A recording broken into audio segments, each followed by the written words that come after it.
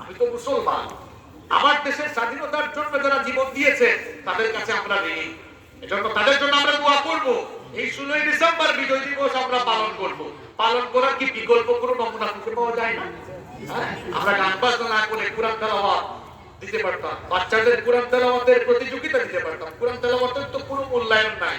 Cricket খেলোয়াড়রা গিয়ে লাখ লাখ কোটি কোটি টাকা এদের পেছনে খরচ হয়, বিশ্বকাপে গিয়ে আড্ডা খেয়া চলে আসে। আর আমার দেশের হাফেজরা যখন আন্তর্জাতিক প্রতিযোগিতায় যায়, এরা মাত্র 10-12টা দেশের বিরুদ্ধে ক্রিকেট খেলে গুল্লা খেয়ে আসে।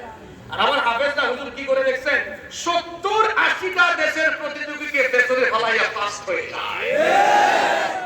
এরা সোনার টুকরা সন্তান, এদেরকে মূল্যায়ন করার দরকার আছে না নাই?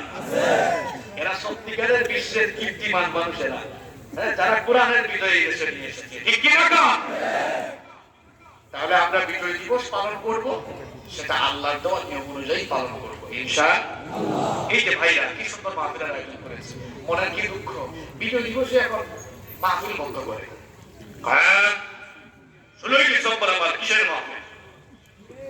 16ই ডিসেম্বর জানো না বিজয় দিবস?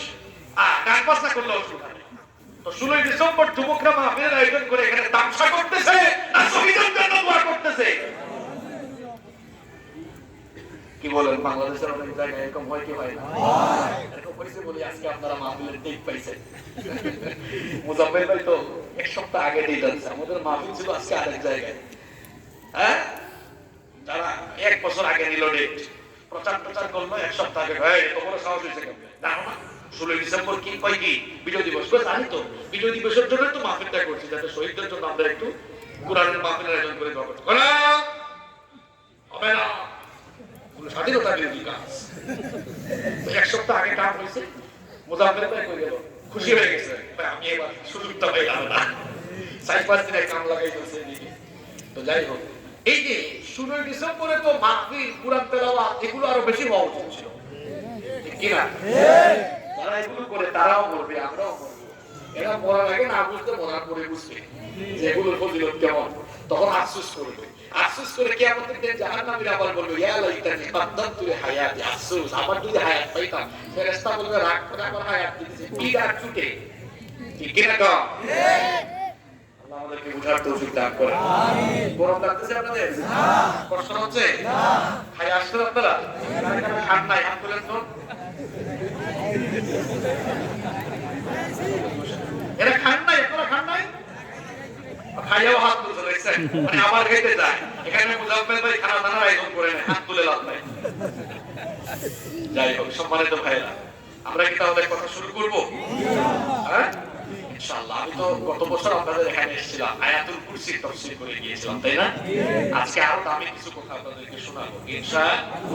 যেহেতু বিজয় দিবসের মাহফিল, বিজয় দিবসেরও তো কিছু ফজিলত, সিগনিফিকেন্স বলা দরকার, এটা তো বলে দিলাম। সম্মানিত ভাইরা, এটা রাজনৈতিক মঞ্চ নয়, এটা কোরআনের মঞ্চ।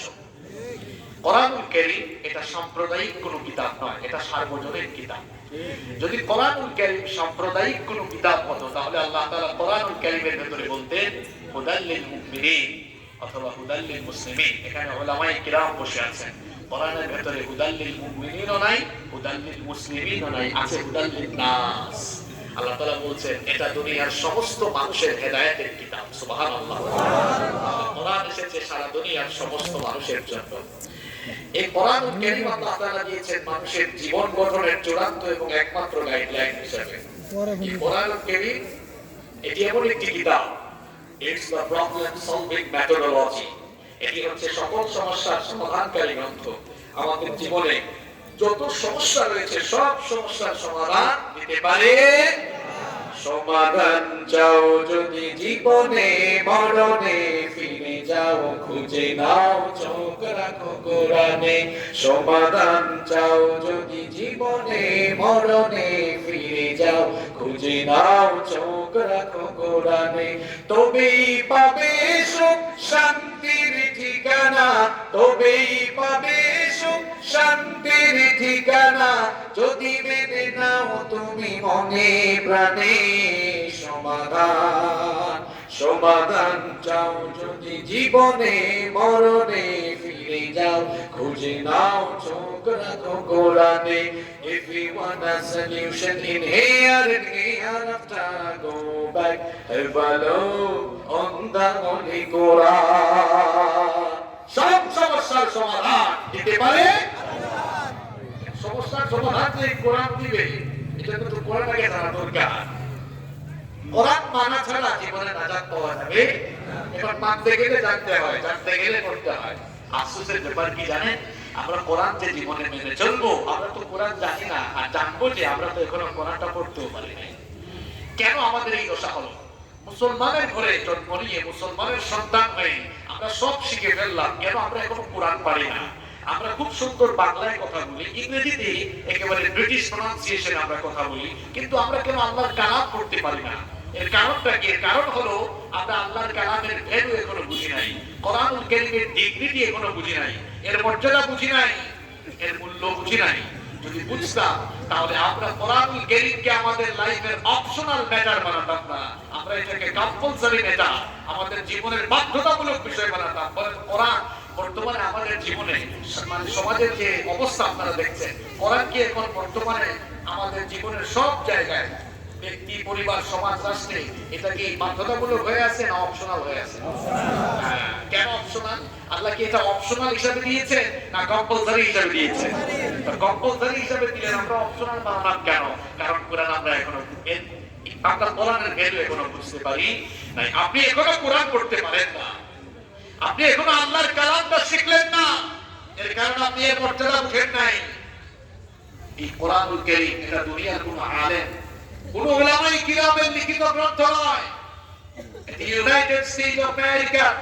প্রেসিডেন্ট হাউস হোয়াইট হাউস থেকে আসা কোনো কিতাব নয় এটি দুনিয়ার কোনো দপ্তর দুনিয়ার কোনো অফিস থেকে আসা কোনো কিতাব নয় এটি দুনিয়ার কোনো জায়গা থেকে আসা কিতাব নয় বরং এটি এসেছে আরশে আসিমের মালিক আল্লাহ সুবহানাহু ওয়া তাআলার দপ্তর আরশে আসিম থেকে এই কিতাব নাযিল করেছেন কে আল্লাহ বুঝতে পেরেছেন পর্বটা আপনি বুঝেন এই কারণটা কেমন আমার বাবারা আমার ভাইরা কষ্ট হচ্ছে আপনাদের রোদ আপনাদের উপর যেমন লাগতেছে আমার তো একদম মুখের উপর লাগতেছে অসুবিধা নাই আমরা আল্লাহর কোরআনকে ভালোবাসি বলি রোদের দাম আমাদেরকে কিছুই করতে পারছে কারণ কোরআনকে আমরা ভালোবাসি কম না বেশি দেখেন আমি বলছিলাম আমরা কোরআনের ভ্যালুটা এখনো বুঝতে পারি নাই আচ্ছা আমার বাবারা আমার ভাইরা একটা এক্সাম্পল দিই আপনাদেরকে মনে করে আপনারা তো কিশোরগঞ্জের মানুষ ইংরেজি বুঝেন তাও আমি আপনাদেরকে বুঝাবার জন্য আপনারা শিক্ষিত মানুষ বুঝাবার জন্য একটা উদাহরণ দিচ্ছি মনে করেন এই কিশোরগঞ্জে লোক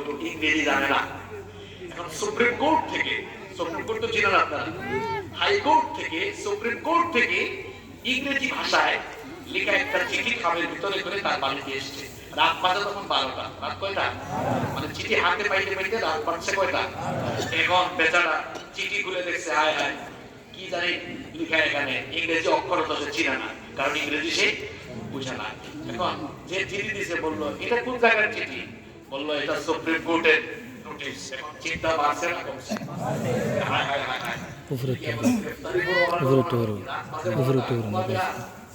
শুইলেও তো ঘুমার আসবে এবার চিঠি লইয়া কয় অসুবিধা নাই আমার ওই পাশের বাড়ির ভাতিজা একটা আছে ঢাকা বিশ্ববিদ্যালয়ে পড়ে খুব ভালো ইংরেজি জানে তার কাছে যায় গিয়ে দেখছে সে 11টায় ঘুমাই গেছে ডাকতেছে কয় চাচা ঘুমাই গেছি তো সকালে আসেন না কয় ভাতিজা রে সকালে সুযোগ দিব না না জানি কোন মুসিবত আসতেছে তাড়াতাড়ি উঠ বাবা দরজাটা খোল দরজা খুলছে তারপর চিঠি হাতে দিয়ে বলতেছে বাবা রে দেখ না এখানে কি লিখছে এরপরে ভাতিজা এটা চিঠি বের করে চিঠিটা পড়তেছে বললো চাচা এই অবস্থা এখন উদাহরণটা কেন দিয়েছি এবার আমি বলি আরে বাবা আরে আমার ভাই সুপ্রিম কোর্টের নোটিশ আপনার হাতে আসার পরে ইংরেজি ভাষা বুঝেন না বলে পেরেশানি এত মারলো আরেকজনকে ঘুম থেকে উঠায় তারপরে চিঠি বুঝলেন আল্লাহর দপ্তর থেকে এটা বাংলাদেশ সুপ্রিম কোর্ট থেকে না আল্লাহর দপ্তর আরশে আজিম থেকে আল্লাহ একটি কিতাব পাঠিয়েছে আপনার জীবন পরিবর্তনের জন্য জীবন গঠনের জন্য ওইখানে আল্লাহ কি লিখেছেন আপনাকে উদ্দেশ্য করে আল্লাহ বান্দার জন্য কি পাঠাবে এখানে কি আছে এটা জানার জন্য বুঝার জন্য আপনি এদিক ওদিক দৌড়াদৌড়ি করেন না এদিক ওদিক ছোটাছুটি করেন না এটা শেখার জন্য আপনার কোনো আগ্রহ নাই তার মানে হচ্ছে কোরআন শেখার আগ্রহ আপনার ভেতরে নাই তো ওয়াজ মাহফিল হচ্ছে কিন্তু আমরা কোরআন শিখতেছি না আপনারা কি আবার স্লোগান দিচ্ছে আল কোরআনের আলো ঘরে ঘরে, আবার অনেকে বিপ্লবী করে স্লোগান দেয়, কয় সংসদে চালাই গেল। আগে নিজের ভেতরে কোরআনের আলো জ্বালাও। নিজের ভেতরে কোরআনের আলো জ্বললে অটোমেটিক ঘরে জ্বলবে, ঘরে জ্বললে সমাজে জ্বলবে। তখন দেখবেন এই জমিদের ইঞ্চি ইঞ্চিতে কোরআনের পতাকা উড়ে যাবে, ঠিক কিনা? আপনি এখনো কোরআন শিখলেন না। কোরআন এটি আমার ছাত্র ভাইরা যারা আছে, এদের বুক শিল্পের মধ্যে দেখা যায় অসংখ্য বই, কিন্তু তারা তাদের বুক শিল্পে কোরআনটা এখনো রাখে নাই। আমার বাবারা 50 বছর বয়স হয়ে গেছে, অনেকের কোরআনটা শিখে নাই, কারণ এই কোরআনের ভ্যালু আমরা এখনো বুঝি নাই। আপনি কি জানেন এটি এমন একটি কিতাব, Quran is a book that is most read in this world। এটি পৃথিবীর একমাত্র কিতাব যা দুনিয়ায় সবচেয়ে বেশি পড়া হয়, অর্থাৎ দুনিয়াতে একমাত্র বই হচ্ছে কোরআন, যা 24 ঘন্টা অনবরত দিবানিশি 24 ঘন্টা তিলাওয়াত হয়। সুবহানাল্লাহ, সুবহানাল্লাহ তো কইলেন। আমি যদি বলি দেখি একটু দাঁড়ায় আমাকে বুঝায় দেন তো 24 ঘন্টা কোরআন কেমনে পড়া হচ্ছে, এটা কি আমি বলবো? এটা আজকে সায়েন্টিফিক ভাবে, বৈজ্ঞানিক ভাবে আজকে প্রমাণিত। মহাকাশ বিজ্ঞানীরা গবেষণা করে দেখলেন পৃথিবীর ঘূর্ণায়মান পদ্ধতি এবং আহ্নিক গতি আর বার্ষিক গতির ফলে পৃথিবীর বিভিন্ন স্থানে সময়ের ভিন্নতা রয়েছে। যেমন বাংলাদেশে এখন 3:23 বাজে, সৌদি আরবে এখন 12:23, আবার আমেরিকা এখন ফজরের টাইম, ইংল্যান্ডে এখনো 9:23 হয়েছে। এই যে কাতারে এক সময়, সুইজারল্যান্ডে, অস্ট্রেলিয়া এক সময়, এক এক দেশে এক এক সময় আছে না নাই? আমি কি ভুল বলেছি? দেখেন আমরা এখন বিকালবেলা কিশোরগঞ্জে খুব সুন্দর করে বসে কোরআনের তাফসীর শুনছি, আর আমেরিকার মানুষ একটু করে ফজরের নামাজ পড়বে। কোন দেশে এখন জোহরের নামাজ, এই যেমন সৌদি আরবে এখন জোহরের নামাজের টাইম, কোন দেশে এখন মাগরিবের নামাজের টাইম, কোন দেশে এশার নামাজের টাইম। এখন মহাকাশ বিজ্ঞানীরা, এগুলো তো আগে মানুষ জানতো না, স্যাটেলাইটের যুগ আসার পর এটা বিজ্ঞানীরা দেখলেন। স্যাটেলাইট যখন চলে আসলো, স্যাটেলাইটের মাধ্যমে বিজ্ঞানীরা দেখলেন হায় হায় এটা আজীব কারবার। এই সময়ের ভিন্নতার কারণে তারা দেখলেন পৃথিবীতে তো 250টার বেশি দেশ আছে, আর এই সময়ের ভিন্নতার কারণে দুনিয়াতে 24 ঘন্টায় কোনো না কোনো জায়গায় আযান হচ্ছে। কিন্তু সুবহানাল্লাহ বুঝতে মন চায় না? আপনি এখানে বসে তাফসীর শুনতেছেন, একটু আগে আমেরিকায় ফজরের আযান হচ্ছে, আর সৌদি আরবে জোহরের আযান হয়েছে, আবার কোন দেশে মনে হয় এখন মাগরিবের আযান হয়েছে। হয়েছে কি হয় নাই? এখন বলেন তো আযান হইলে মুসলমানরা কোথায় যায়? নামাজে যায়। এখন নামাজের মধ্যে আপনাদের এলাকার ইমাম সাহেব আল্লাহু আকবার বলে তিনি শুরু করছেন, বুখারীর উস্তাদ তো, বুখারী পড়া মাদ্রাসায় বলেন আল্লাহু আকবার, এরপরে শুরু করছেন আন আবি হুরায়রা রাদিয়াল্লাহু আনহু قال قال رسول الله صلى الله عليه وسلم। পেছন থেকে যে একেবারে খেতে খামারের কাজ করে সে বলতে হুজুর কি পাগল হয়ে গেছে? কারণ আমরা নামাজে যাওয়ার পরে নামাজ শুরু করি একটা সূরা দিয়ে, সূরার নাম সূরাতুল আলহামদুলিল্লাহি রাব্বিল আলামিন আর রহমানির রহিম মালিকি ইয়াউমিদ্দিন ইয়্যাকা না'বুদু ওয়া ইয়্যাকা নাস্তাঈন ইহদিনাস সিরাতাল মুস্তাকিম সিরাতাল লাযীনা আন'আমতা আলাইহিম গায়রিল মাগদুবি আলাইহিম ওয়ালাদ।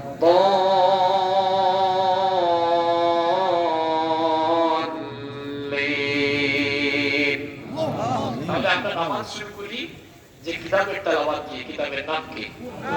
তাহলে বিজ্ঞান যেহেতু বলছে, স্যাটেলাইটের মাধ্যমে গবেষণা করে দেখলো সময়ের ভিন্নতার কারণে দুনিয়ায় 24 ঘন্টা আযান হয়, তার মানে দুনিয়ায় কোথাও না কোথাও 24 ঘন্টা নামাজ হয়। তার মানে হচ্ছে পৃথিবীতে 24 ঘন্টা দিবানিশি 24 ঘন্টা অনবরত আল্লাহর কালামের তেলাওয়াত কোথাও না কোথাও হয়। সুবহানাল্লাহ। কোরআন ছাড়া দুনিয়াতে আর কোন বই আছে যা 24 ঘন্টা কোরআনে বলে? আমাদের একটা বইয়ের নাম বলে আছে? নাই। আমাদের দেখছেন কত বড় নিয়ামত আল্লাহ আমাদেরকে দিয়েছে, আলহামদুলিল্লাহ। Nobody has ever bothered to read or heard the Holy Book Quran. এই কোরআন যে তিলাওয়াত করে তারও খারাপ লাগে না, বিরক্ত লাগে না, যে শুনে তারও বিরক্ত লাগে। বিরক্ত লাগা দূরের কথা, এতগুলো মানুষকে আপনি রাজনৈতিক সমাবেশে বিরিয়ানি আর পয়সা দিয়ে আনতে পারবেন না। মানুষ কাক ভালাইয়া তুলে এখানে আসছে, কিন্তু আল্লাহর কোরআন শোনার জন্য মানুষ পকেটের পয়সা খরচ করে না খেয়ে চলে আসে, ঠিক কি না? তার মানে হচ্ছে কোরআনের প্রতি আমাদের আকর্ষণ আছে না নাই? পৃথিবীর একমাত্র কিতাব হচ্ছে কোরআন। এই কিতাব যিনি তেলাওয়াত করেন তার কাছে কখনো ফুলফিল হয় না, বিরক্ত লাগে না। আবার যিনি শোনেন তার কাছে কখনো বিরক্ত লাগে না। আমাদের যে বিরক্ত লাগে না তার সুন্দর একটা উদাহরণ আপনাদেরকে দেই। দেখেন আমরা জন্মের পর থেকেই মুসলমানের সন্তান হিসাবে আমরা নামাজে যাই। নামাজে যাওয়ার পরে প্রত্যেক দিন আমরা শুনি ইমাম সাহেব একটা কমন সূরা দিয়ে নামাজ শুরু করেন, সূরার নাম সূরাতুল ফাতিহা। এই যে প্রত্যেক দিন সকল নামাজে সূরা ফাতিহা দিয়ে শুরু করতে হয়। লা সালাতা লিমান লাম ইয়াকরা বিফাতিহাতিল কিতাব। সূরাতুল ফাতিহা ছাড়া নামাজ হয় না। এই সূরা ফাতিহা দিয়ে সবাই নামাজ শুরু করে, যে কোনো দেশে যে কোনো জায়গায় নামাজ শুরু হোক না কেন, আর যে ব্যক্তি নামাজ শুরু করুক না কেন, যেই সূরা দিয়ে নামাজ শুরু করা লাগে সূরার নাম সূরাতুল ফাতিহা। এই যে আপনারা রেগুলার মসজিদে গিয়ে শুনেন ইমাম সাহেব সূরাতুল ফাতিহা দিয়ে নামাজ শুরু করেন, কেউ কি আপনারা কোনদিন গিয়ে মসজিদে অভিযোগ করেছেন নাকি হুজুর আপনি কি আর কোনো সূরা পারেন না? প্রত্যেকদিন এক সূরা দিয়ে কেন আপনি নামাজ শুরু করেন, আর কোন সূরা কি আপনি পারেন না নাকি? এমন কথা কি কিশোরগঞ্জের পাগল দিয়ে কেউ কখনো বলছে নাকি? বলার কোন সম্ভাবনা আছে নাকি? এমন কথা তো বলবেই না। বরং দেখা যায় এক এক আলেম, এক এক কারি, এক এক শেখ এক এক কণ্ঠে কোরআনের তেলাওয়াত করে। আবার কারো কারো ভয়েস, কারো কারো কণ্ঠের মধ্যে আল্লাহ এমন সুধা ঢেলে দিয়েছেন, তারা যখন তাদের সুললিত কণ্ঠে আল্লাহর কালামের তেলাওয়াত শুরু করে দেয়, মানুষের কলিজাটা ঠান্ডা হয়ে যায়, মানুষের হৃদয়টা শীতল হয়ে যায়। বিশেষ করে হজ আর উমরা যারা করেছেন, দেখি হজ আর উমরা করেছেন কে হাত তুলেন? মাশাআল্লাহ, টাকাওয়ালা মানুষ আপনারা হাত নামান। যারা যাইতে পারেন আল্লাহ আমাদেরকে যাওয়ার তৌফিক দেন। আমিন। আর আস্তে করে আমিন। আমিন। যারা হজ আর উমরা করেছেন তারা দেখেছেন হারামাইন শরীফাইনে সালাত আদায় করলে সেই চিত্র দেখা যায়। বিশেষ করে মসজিদে হারামে যারা সালাত আদায় করেছেন দেখেছেন ফজিলাতুল শেখ আব্দুর রহমান আস-সুদাইস, সৌদ আশ-শুরাইব, বান্দার বানিলা, ইয়াসির দুসরি, এরা যখন তাদের সুললিত কণ্ঠে কোরআনের তেলাওয়াত শুরু করে দেয়, দেখা যায় পেছনে লক্ষ লক্ষ মুসল্লি আছে। অনেক মানুষ কোরআনের অর্থও বুঝে না, কিন্তু তাদের তেলাওয়াত শুনে সুরের ঝংকারে মানুষের কলিজা ঠান্ডা হয়ে যায়। আপনারা যারা হজ আর উমরা করেছেন দেখেছেন হয়তো এই অবস্থা আপনাদের হয়েছে। আমি যখন আমার জীবনে প্রথমবার কাবা শরীফে গিয়েছিলাম, প্রথমবার যখন সেখানে সালাত আদায় করেছি, আমি তো অর্থ বুঝার পরেও কান্না করেছি। আমি দেখেছি আমার সাথে যারা গিয়েছে অর্থ না বুঝে তারা শুধু কান্নাকাটি করে। জিজ্ঞেস করলাম তুমি তো অর্থ বুঝো না, তুমি কাঁদো কেন? ওই হুজুর অর্থ না বুঝলেও যে সুন্দর করে টান দেয়, এত সুন্দর তেলাওয়াত করে কলিজা ঠান্ডা হয়ে চক্ষু দিয়ে পানি বের হয়ে আসে। কোরআন ছাড়া আর কোন বই আছে যে বইয়ের তেলাওয়াত শুনে মানুষ না বুঝে কাঁদে? আছে? যে তেলাওয়াত করে তার বিরক্ত লাগে না, যে শুনে বিরক্ত লাগা বইয়ের কথা আবেগ প্রকট হয়ে যায়। আপনাদের কিশোরগঞ্জে বলা হয় মাঝে মাঝে কেরাত মাহফিল হয় না? বিদেশি কারিরা বা আমাদের দেশে অনেক ভালো ভালো কারি আছে, যখন টান মারে মানুষ হুজুর বসে থাকতে পারে না, আবেগে তুলে দাঁড়ায় আল্লাহু আকবার বলে। আকর্ষণ আছে না নাই? কোরআনের আকর্ষণ কমবে না। কিয়ামত পর্যন্ত এভাবে আল্লাহর জমিনে আল্লাহর কালামের তেলাওয়াত চলবে, আর আল্লাহর কালামের তেলাওয়াত শুনে শুনে মানুষ কোরআনের জন্য পাগল হয়ে যাবে। এই কোরআনের বিরুদ্ধে যারা দাঁড়াবে একটাও টিকতে পারবে? ইসলামের বিরুদ্ধে যারা কেউ টিকতে পারবে? আল্লাহর জমিনে আল্লাহর দ্বীন ইসলাম ছিল, আছে, থাকবে, আপনি থাকবেন। যারা বড় গলায় বেশি বেশি কথা বলেছিল তারা নাই, কিন্তু ইসলাম আছে না নাই? দেখেন পাগলামি, কত পাগলামি করলো। রাষ্ট্র ধর্ম ইসলাম থাকবে না, ইসলাম আছে না নাই? ইসলাম আছে, তুই নাই। সেই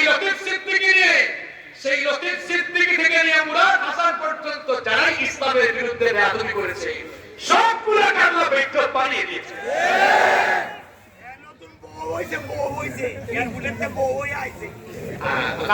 ঠিক বলেছেন, মানে উনি যেটা বুঝাতে চেয়েছে একদম চুপি চুপি লুকায় আসছে, বাংলাদেশ থেকে ভেঙে দিয়েছিল।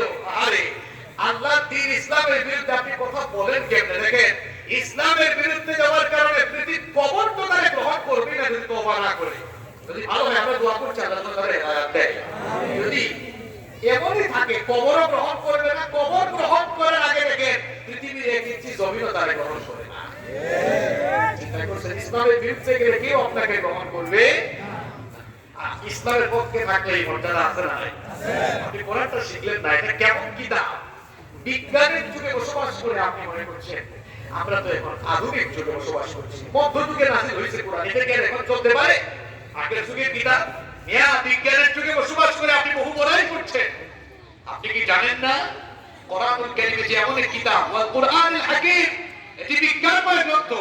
It's the source of knowledge and science. এটা জ্ঞান বিজ্ঞানের উৎস। There is no contradiction between the Holy Book, Quran and science. কোরআনের সাথে বিজ্ঞানের কোনো দ্বন্দ্ব নাই, বরং বিজ্ঞান জেনেছে পড়ে, কোরআন জানিয়েছে আগে। যুবক ভাইরা, ছাত্র ভাইরা ভালো করে শুনুন কথাগুলো। বিজ্ঞান যা জানিয়েছে পড়ে, কোরআনটা জানিয়েছে আগে।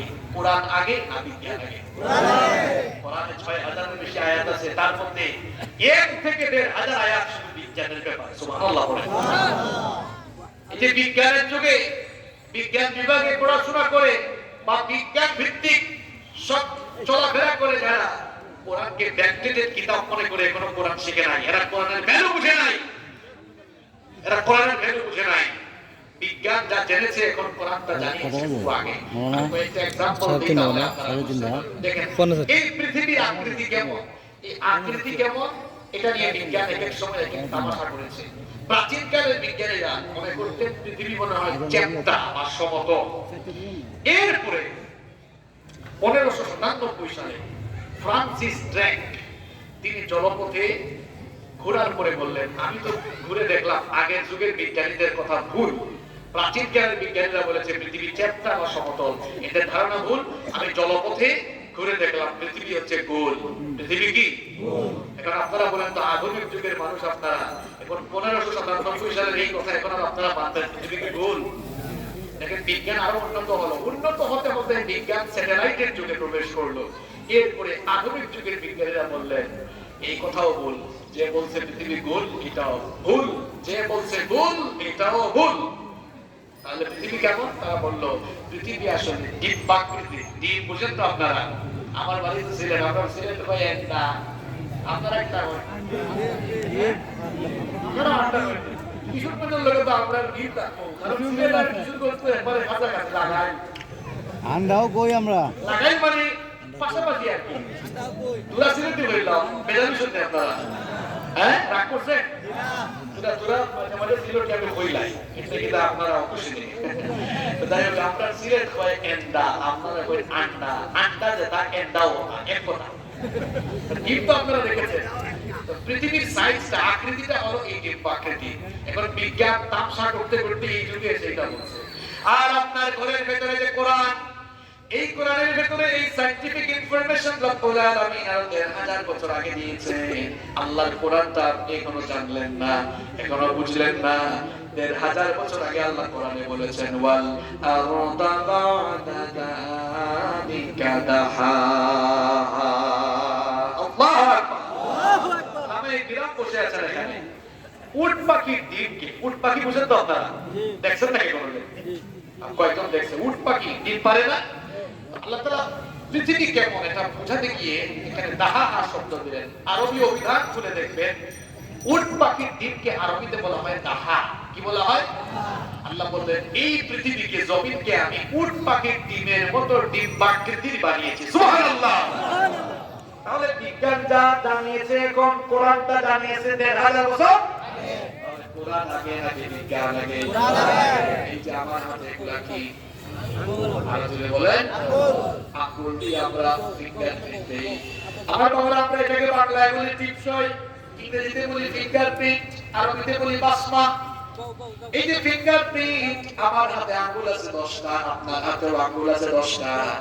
এক আঙ্গুলের ছাপের সাথে আরেক আঙ্গুলের ছাপের কোনো মিল নাই। কারিশমাটা কার? আল্লাহ। দেখবেন এখন ভোট দিতে গেলে 10 আঙ্গুলের ছাপ, যারা বিদেশে যান ইমিগ্রেশনের 10 আঙ্গুলের ছাপ।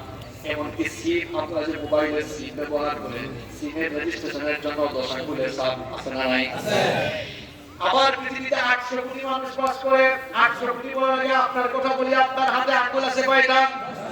আপনার নিজের এক আঙ্গুলের ছাপের সাথে আরেক আঙ্গুলের ছাপের মিল নাই। এমনকি 800 কোটি মানুষ বাস করে, একজনের আঙ্গুলের ছাপের সাথে আরেকজনের আঙ্গুলের ছাপের কোনো মিল নাই। কুদরত কার? আল্লাহ। এটা ফুটানি করতেছেন আপনারা বিজ্ঞানের যুগে। ইমিগ্রেশনে ঢুকলে ইমিগ্রেশন অফিসার বলে কেউ যদি ইমিগ্রেশন ক্রসিং এর সময় ফিঙ্গারপ্রিন্ট নিয়ে থাকে, ঠিক আছে ফিঙ্গারপ্রিন্ট দিয়ে যায়। ফিঙ্গারপ্রিন্ট দিয়ে ধারণা আপনি কবে যাচ্ছেন? এটা তো 1856 সালে আমরা জানছি। পৃথিবীর মানুষ 1856 সালের আগে ফিঙ্গারপ্রিন্ট কি জিনিস বুঝতো না। এখন কত সাল? এখন কত? 2021।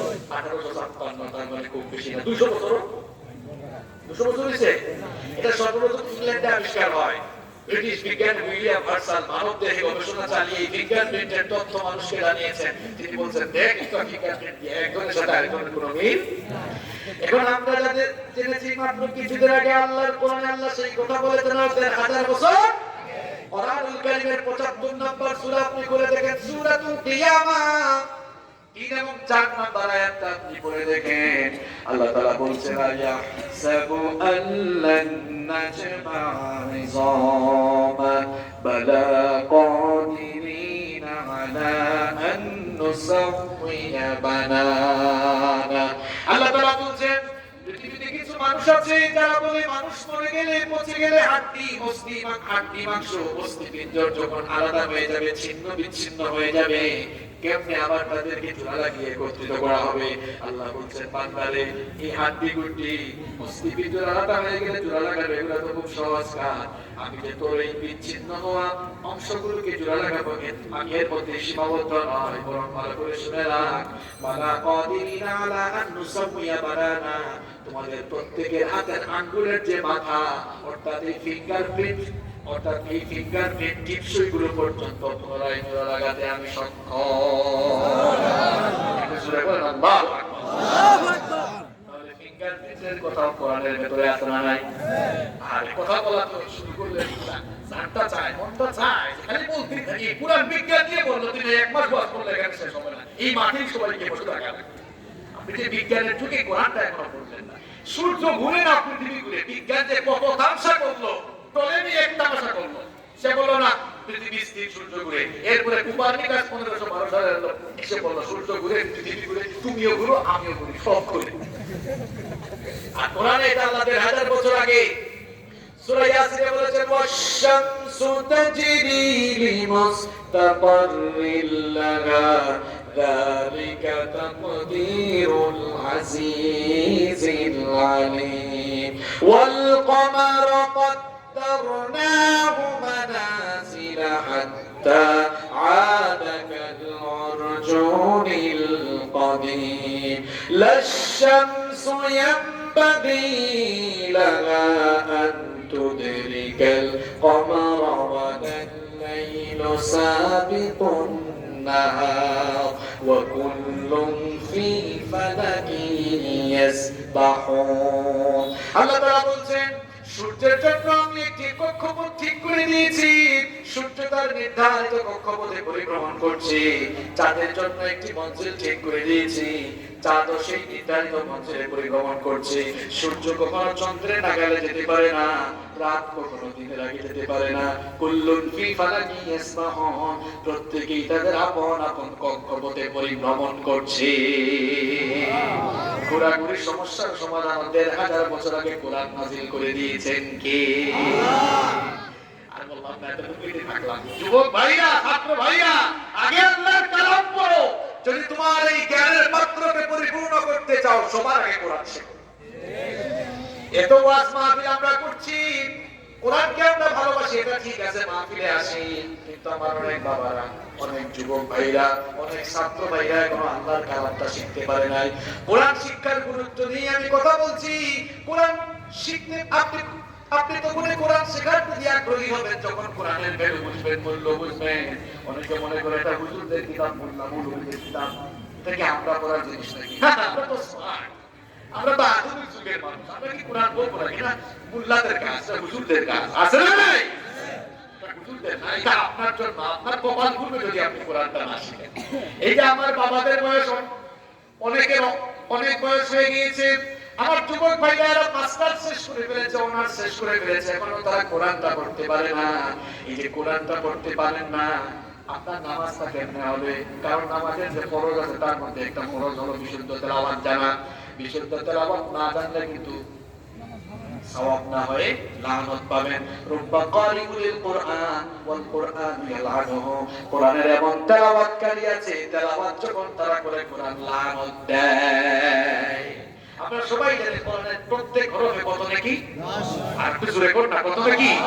প্রত্যেক হরফে কোরআন বিশুদ্ধ করে তেলাওয়াত করলে 10 নাকি পাওয়া যায়, কিন্তু অশুদ্ধ করে কোরআন তেলাওয়াত করলে সওয়াবটা উল্টা লানত। এজন্য কোরআনটা শিখেন।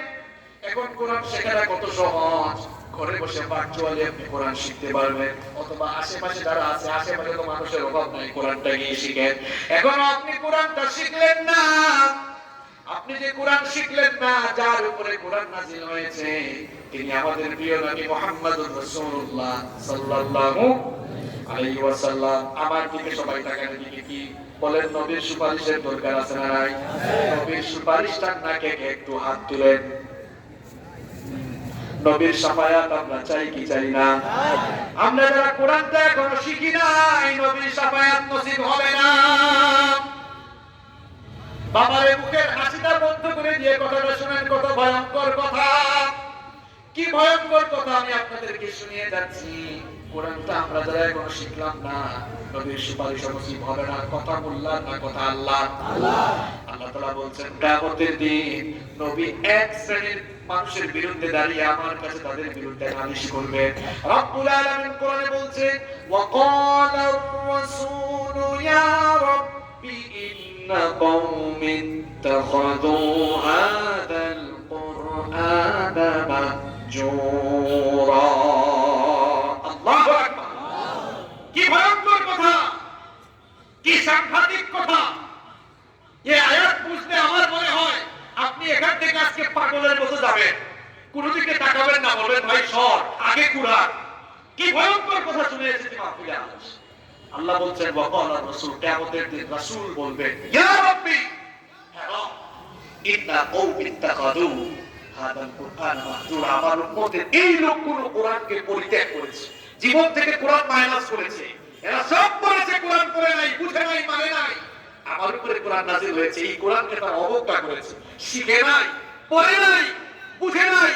এরা যেমন কোরআনকে তাদের জীবন থেকে বাদ দিয়েছে, হাসরের মাঠে আমি আমার এই কপাল করা উম্মতকে বাদ দিলাম। খুব ভয়ঙ্কর কথা যুবক ভাইরা শুনে যান। যার উপরে কোরআন নাযিল হয়েছে তিনি বিরুদ্ধে দাঁড়িয়ে যাবেন।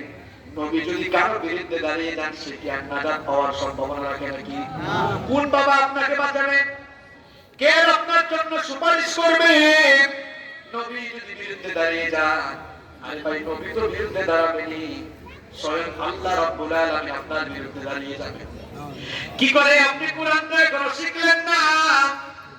আমার বাবা, আমার ভাইয়েরা, কি কারণে কোরআনটা এখনো আমরা শিখলাম না?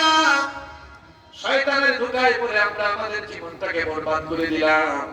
আল্লাহ তাআলা এবার সূরা তাহার ভিতরে কি বলছেন দেখেন।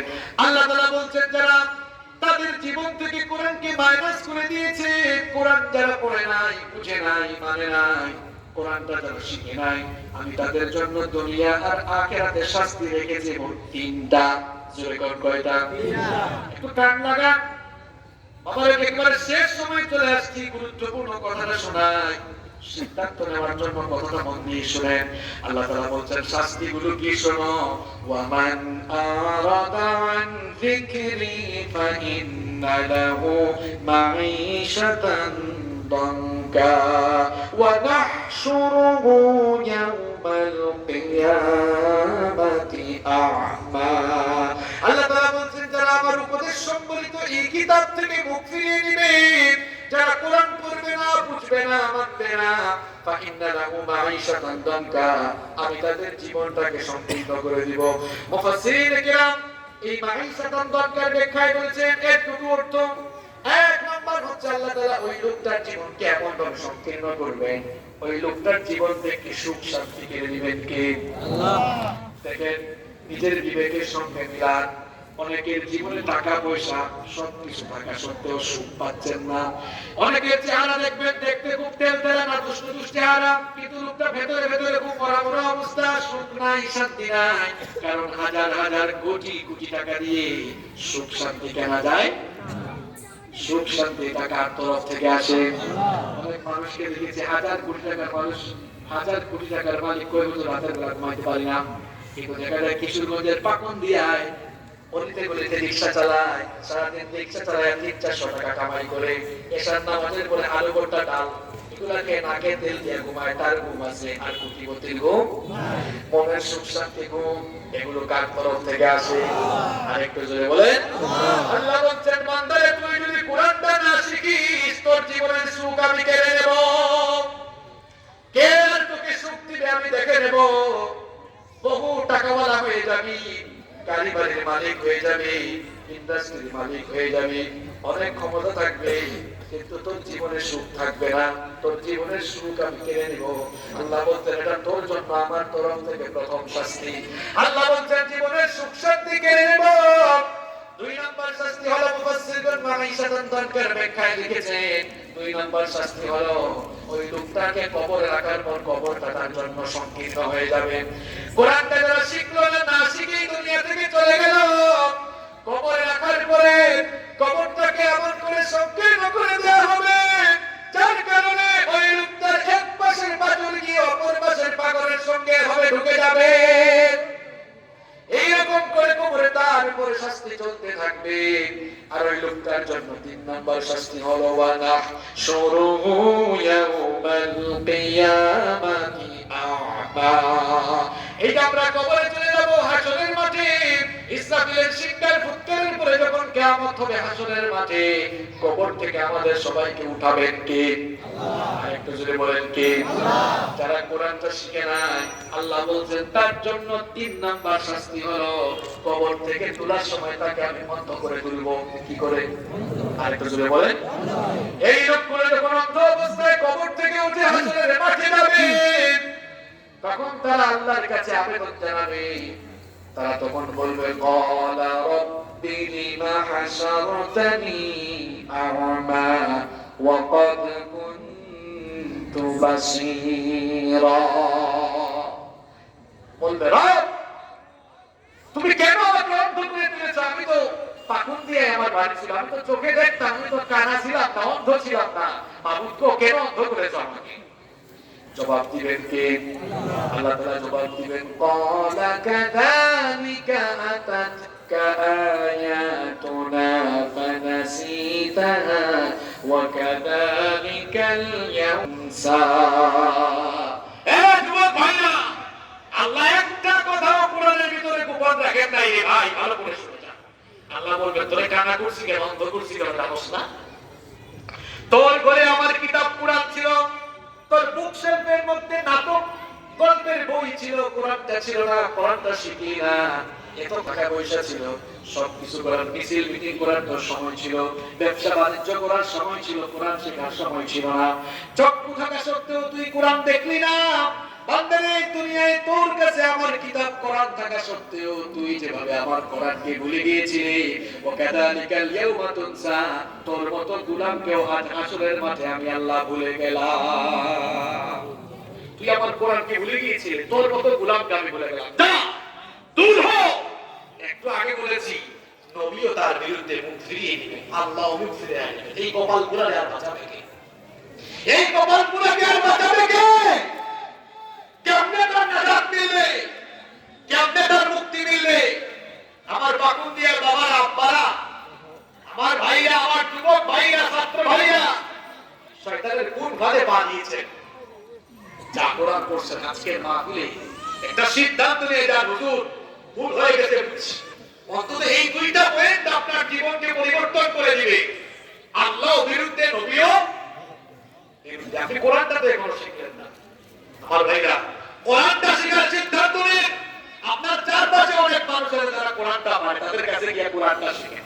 আমরা মাহফিলে আসি খালি স্লোগান দেওয়া পছন্দ করি, স্লোগান দিচ্ছি, এটা ভালো জিনিস, আবেগের মূল্যায়ন আমরা করি, আবেগ থাকা দরকার আছে। আল কোরআনের আলো ঘরে ঘরে জ্বালো। আরে ভাই, যে মানুষের অন্তরে কোরআন নাই, এরা কেমনে ঘরে ঘরে কোরআনের আলো জ্বালবে?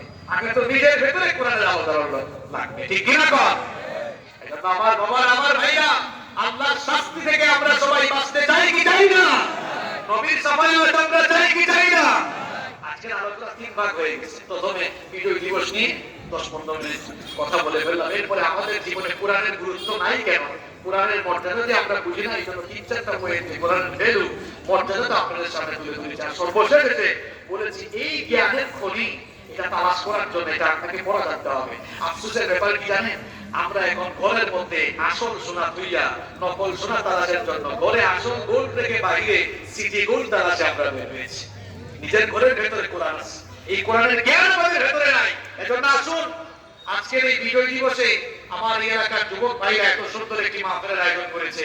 আজকের এই মাহফিল থেকে আমরা সিদ্ধান্ত নিই, যুবক ভাইরা আমরা সিদ্ধান্ত নিব আজকে যে আমরা ইনশাআল্লাহ আজ থেকে এই কোরআন শেখার জন্য যা করা দরকার, কোরআনটা শুদ্ধ করার জন্য যেখানে যার কাছে যাওয়া দরকার, যা করা দরকার সব আমরা করবো। পাবো ইনশাআল্লাহ। আমরা কত জায়গায় কত টাকা পয়সা খরচ করে নিজের সন্তানকে তো এলেভেল ওলেভেলে আগে পাঠান। আরে মিয়া, আপনার সন্তানটা চোখের জন্য যন্ত্রণাকারী হোক এটা চান না চোখের চক্ষু শীতলকারী হোক এটা চান? শোনেন, আমরা সবাই বাংলাদেশের বিভিন্ন জায়গায় মাহফিলে যাই, গেলেই বলে হুজুর মা বাবার খেদমতের ওয়াজ করেন। মানে বিষয়টা হয়ে গেছে এমন, সন্তান বিয়াদব করছে, মা বাবার খেদমত করছে না, এই জন্য মা বাবা বলতেছে হুজুর মা বাবার খেদমতের ওয়াজ করেন। ওয়াজ দিয়া সব হয় না, আমল লাগবে তো আগে। সন্তানের হক আপনি আদায় করেন না, এই সন্তানের কাছ থেকে আপনি খেদমত পাওয়ার আশা করেন কেন? আপনাদের কিশোরগঞ্জে এক বেকুব গাছ লাগায় নাই, গাছ না লাগাইয়া গাছের ফল আশা করে বসে আছে। আচ্ছা বলেন তো, গাছ না লাগালে ফলের আশা করা যায়? গাছ না লাগিয়ে ফলের আশা করা যেমন বোকামি, সন্তানের হক আদায় না করে ওই সন্তানের কাছ থেকে খেদমত আশা করা তেমন বোকামি। নিজের সন্তানের হক আদায় করে সন্তানের হক ধরে কোরআন শেখানো, এলেমেলে পড়ান, তাকে ডাক্তার বানান, ইঞ্জিনিয়ার বানান, লয়ার বানান, ব্যারিস্টার বানান, কোনো অসুবিধা নাই, সবার আগে তাকে কোরআন শেখান। এবিসিডি ও অঙ্ক পড়ে শিখবে, তাকে আলিফ বা তা তা আগে শেখাতে হবে। আর যদি না শেখান তাহলে হুজুরদের পেছনে ঘুরে না বলবে হুজুর একটু দোয়া করেন, ওয়াজ করেন, এত খেদমত করে লাভ হবে না। সন্তানের হক যদি আদায় না করেন, keep in your mind the old home is waiting for you, বৃদ্ধাশ্রম আপনার জন্যই অপেক্ষা করছে।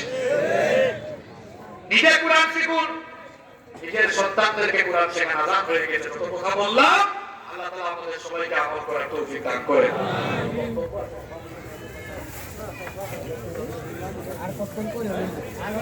সবাই বসে দোয়াটা করে যান। আরো তো হয়তো আমারও তো ইচ্ছা করতে আরো বলি আমার নিজের তো আসলে